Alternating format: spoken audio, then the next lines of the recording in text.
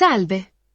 La conversazione che ascolterete tra poco è stata prodotta attraverso ChatGPT, una chatbot basata su intelligenza artificiale e apprendimento automatico sviluppata da OpenAI. La sigla GPT sta per Generative Pre-trained Transformer, una tecnologia nuova applicata al machine learning. Secondo te cosa si dovrebbe fare in Italia per migliorare condizioni di lavoro e stipendi? Migliorare le condizioni di lavoro e gli stipendi in Italia è una questione complessa e richiede una serie di interventi su più fronti. Ecco alcune proposte generali. Formazione continua. Investire nella formazione continua dei lavoratori per aiutarli ad adattarsi alle esigenze in evoluzione del mercato del lavoro.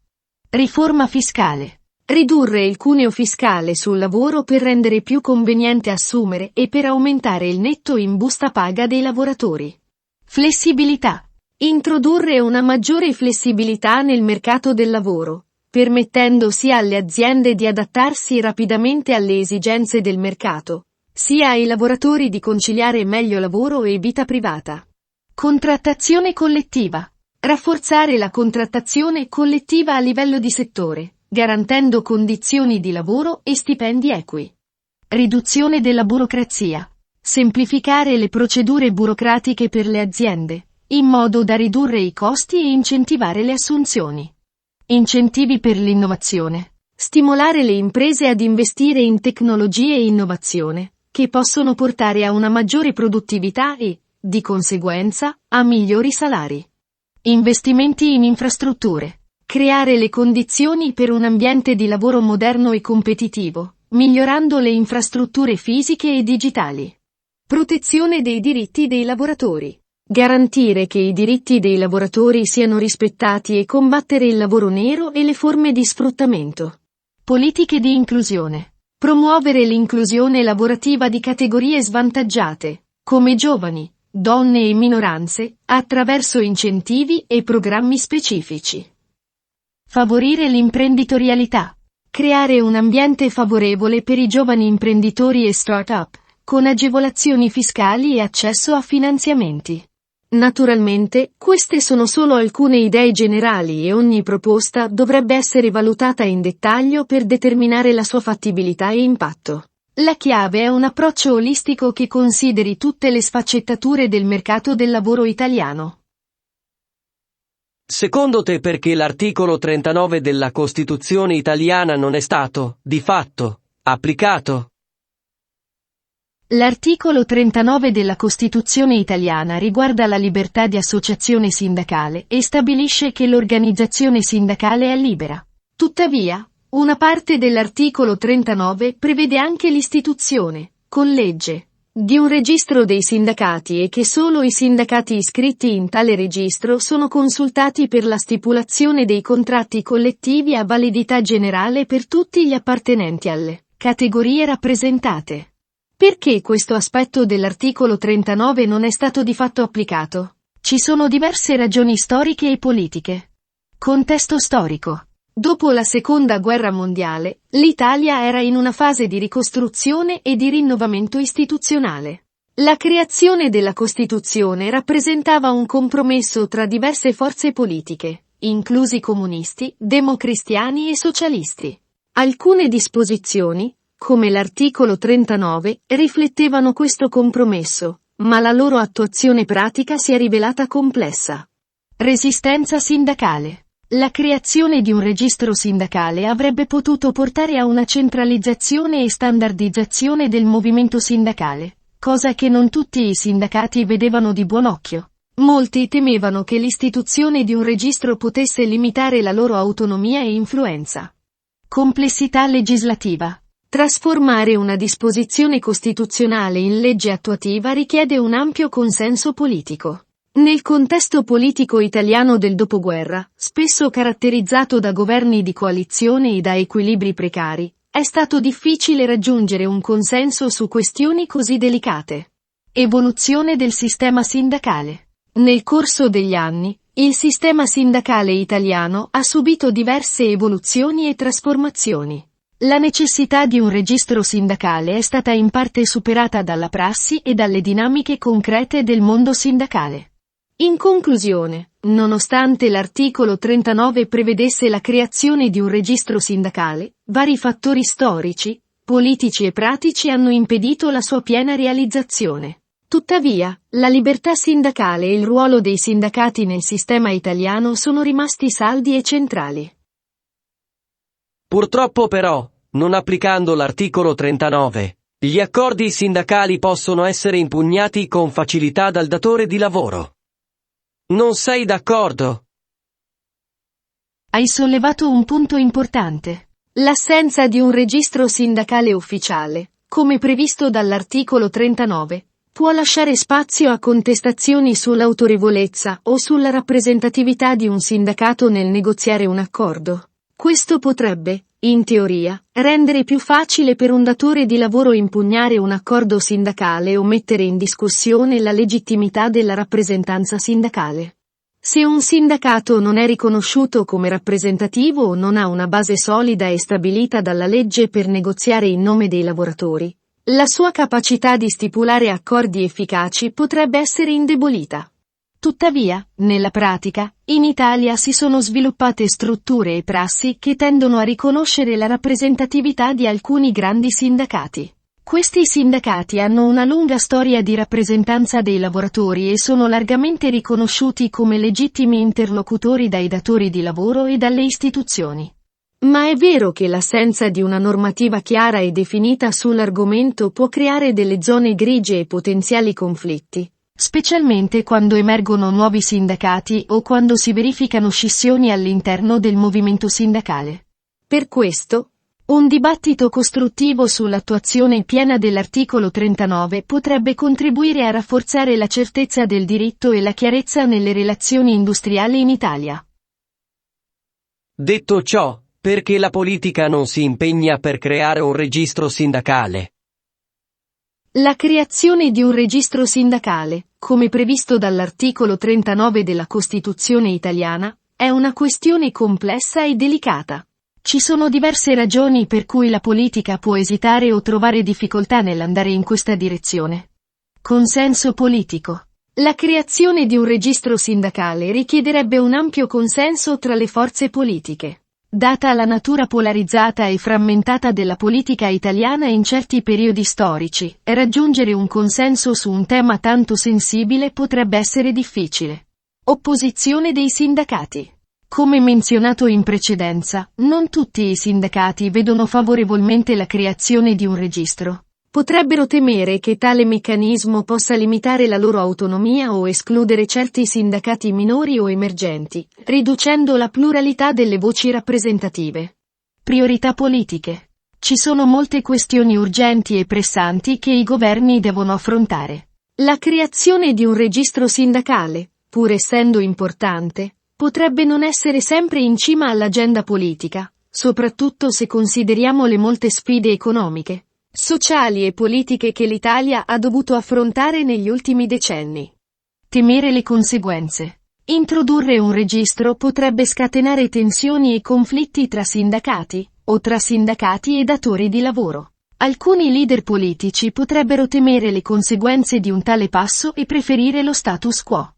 Questioni pratiche. Determinare quali criteri utilizzare per la registrazione e come garantire l'imparzialità del processo non sono questioni semplici.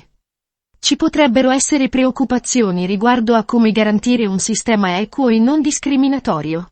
In conclusione, mentre l'idea di un registro sindacale potrebbe sembrare una soluzione logica e diretta per rafforzare la posizione dei sindacati e chiarire la loro rappresentatività, nella pratica la sua implementazione si scontra con una serie di ostacoli politici, pratici e storici.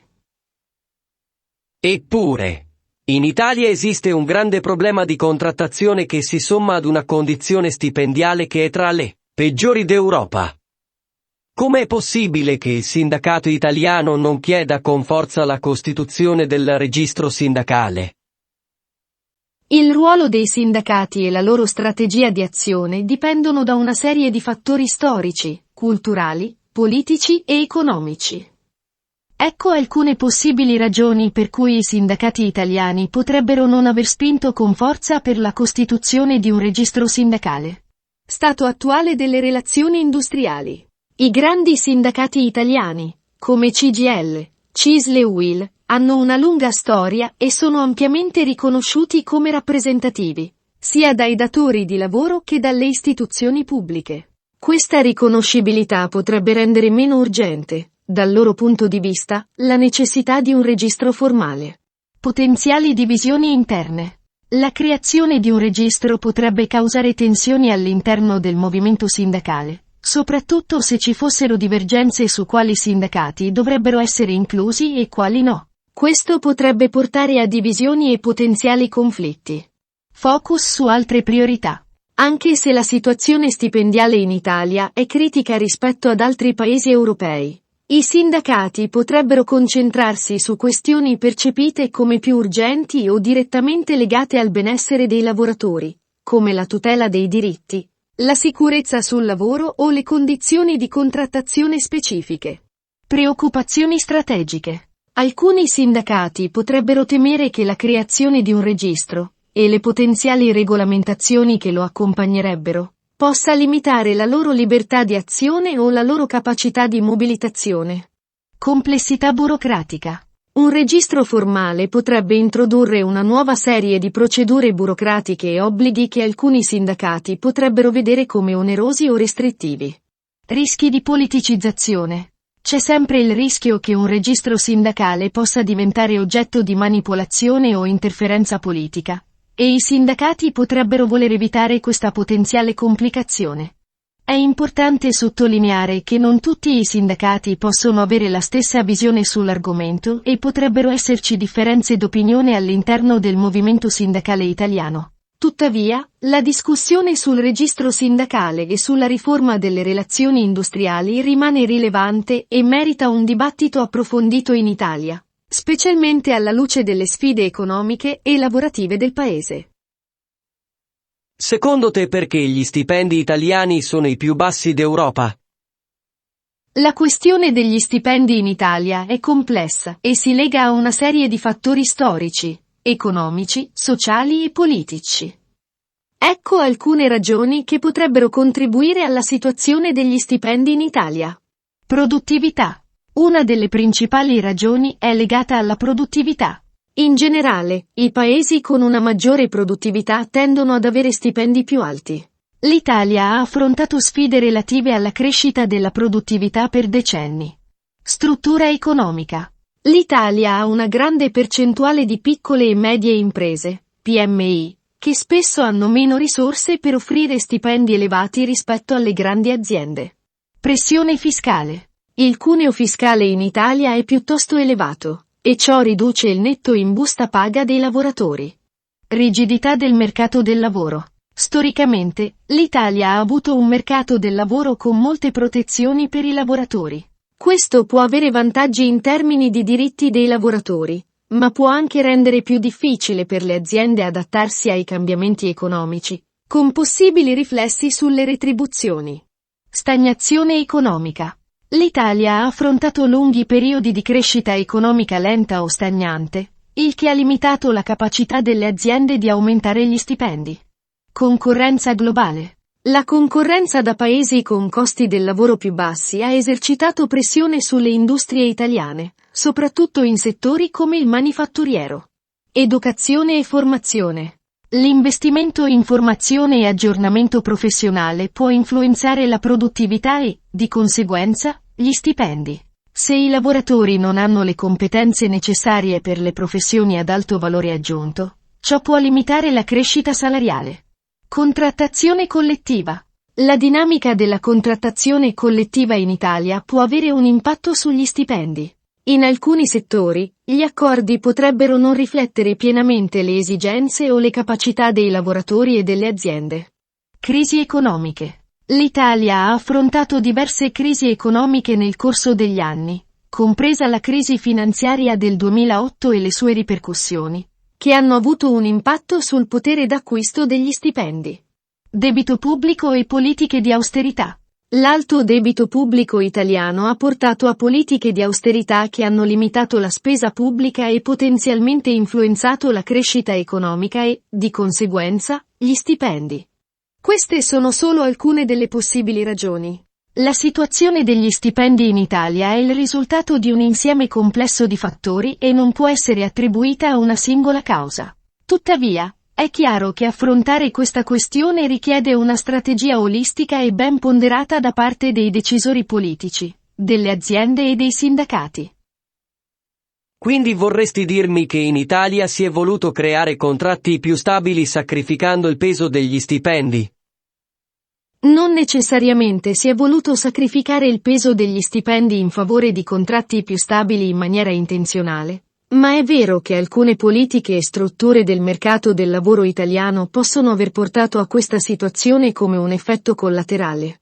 L'Italia ha una tradizione di forti protezioni lavorative, soprattutto per i lavoratori con contratti a tempo indeterminato. Queste protezioni, introdotte con l'obiettivo di garantire stabilità e sicurezza occupazionale, hanno avuto come conseguenza la creazione di un mercato del lavoro duale, da un lato, lavoratori con contratti stabili e forti tutele, spesso appartenenti a generazioni più anziane, dall'altro, lavoratori, soprattutto giovani, con contratti precari e minori tutele. Questa dualità ha portato a diverse conseguenze. Costi per le aziende. Assumere lavoratori con contratti a tempo indeterminato può essere visto come un impegno a lungo termine con costi associati in termini di licenziamenti e altre tutele. Di conseguenza, le aziende potrebbero essere riluttanti ad aumentare gli stipendi a causa dei costi fissi già elevati. Poca flessibilità. La rigidità associata a forti tutele per i lavoratori permanenti potrebbe rendere difficile per le aziende adattarsi rapidamente ai cambiamenti economici, limitando la loro capacità di offrire aumenti salariali. Precarietà per i giovani. Con le aziende riluttanti a offrire contratti a tempo indeterminato, molti giovani finiscono per lavorare con contratti a termine o in situazioni precarie, spesso con salari più bassi. Meno incentivi per la formazione. Se le aziende vedono la formazione come un investimento a lungo termine e sono riluttanti a offrire contratti stabili, potrebbero anche esitare ad investire nella formazione dei dipendenti. Mentre la stabilità occupazionale è un obiettivo importante e lodevole, la struttura dualistica del mercato del lavoro italiano ha portato a una serie di sfide. La riforma del mercato del lavoro è un tema ricorrente nel dibattito politico italiano, e diverse riforme sono state introdotte negli ultimi anni per cercare di bilanciare la necessità di flessibilità per le aziende con la protezione dei diritti dei lavoratori. Ma la questione degli stipendi e della precarietà rimane centrale e ancora aperta a discussioni e soluzioni. In pratica stai affermando che nel resto d'Europa i contratti sono meno stabili rispetto all'Italia? No, non sto affermando categoricamente che nel resto d'Europa i contratti siano meno stabili rispetto all'Italia. Ogni paese europeo ha la propria storia, cultura del lavoro e specifiche regolamentazioni. Ciò che stavo cercando di illustrare è che, in Italia, la struttura storica e le politiche del mercato del lavoro hanno portato a una situazione di dualità tra lavoratori con contratti stabili e quelli con contratti precari. Alcune considerazioni sull'Europa. Paesi scandinavi. Paesi come la Svezia, la Danimarca e la Norvegia adottano un modello chiamato flexicurity, che combina flessibilità per le aziende nell'assunzione e licenziamento dei lavoratori con un sistema di sicurezza sociale forte per i lavoratori. Questo modello offre una certa stabilità, ma in un modo diverso da quello italiano. Germania. La Germania ha introdotto riforme del mercato del lavoro all'inizio degli anni 2000, le riforme Hartz, che hanno aumentato la flessibilità, ma ha anche un sistema di formazione e apprendistato molto solido che garantisce una buona transizione dallo studio al lavoro. Francia. La Francia ha anch'essa un mercato del lavoro con forti protezioni per i lavoratori, ma negli ultimi anni ha cercato di introdurre riforme per aumentare la flessibilità, spesso incontrando resistenza e proteste. Spagna. La Spagna, come l'Italia, Ha affrontato problemi di dualità nel mercato del lavoro con una divisione tra lavoratori con contratti a tempo indeterminato e quelli con contratti temporanei. In sintesi, ogni paese ha le proprie sfide e approcci in relazione alla stabilità del lavoro. Non è corretto dire che l'Italia abbia i contratti più stabili di tutta Europa, ma piuttosto che la sua specifica combinazione di politiche e storia ha portato a una particolare struttura del mercato del lavoro. Io credo che la stabilità contrattuale possa sposarsi senza problemi con una remunerazione più elevata. Semmai bisognerebbe ridurre le tasse per le aziende combattendo l'evasione fiscale. Hai toccato alcuni punti fondamentali nella discussione su come migliorare la situazione economica e lavorativa in molti paesi, Italia compresa. Stabilità contrattuale e remunerazione. Hai ragione nel sostenere che la stabilità contrattuale non è necessariamente in contrasto con una remunerazione elevata. In effetti, una forza lavoro stabile e ben retribuita può essere più motivata, produttiva e meno incline a cambiare lavoro, riducendo i costi di turnover per le aziende. Riduzione delle tasse per le aziende. Ridurre il cuneo fiscale e le tasse sul lavoro può aiutare le aziende ad avere più risorse disponibili per investire, innovare e, in potenza, aumentare gli stipendi. Questo presuppone che le risorse liberate vengano effettivamente utilizzate per questi scopi e non si traducano semplicemente in maggiori profitti. Combattere l'evasione fiscale. L'evasione fiscale è un problema grave in molti paesi e riduce le entrate fiscali che potrebbero essere utilizzate per servizi pubblici essenziali. Combattere l'evasione e l'elusione fiscale potrebbe permettere di ridistribuire il carico fiscale in modo più equo, alleviando la pressione sulle aziende oneste e sui lavoratori. Efficienza nella spesa pubblica. Oltre a combattere l'evasione, è essenziale che le risorse fiscali vengano utilizzate in modo efficiente e produttivo, investendo in settori chiave come l'istruzione, la ricerca, la sanità e le infrastrutture. L'equilibrio tra stabilità lavorativa, remunerazione, pressione fiscale e efficienza nella spesa pubblica è una sfida per ogni paese. Tuttavia, con una visione chiara, politiche ben progettate e la volontà di attuarle, è possibile creare un ambiente in cui le aziende prosperano e i lavoratori godono di condizioni di lavoro e stipendi adeguati.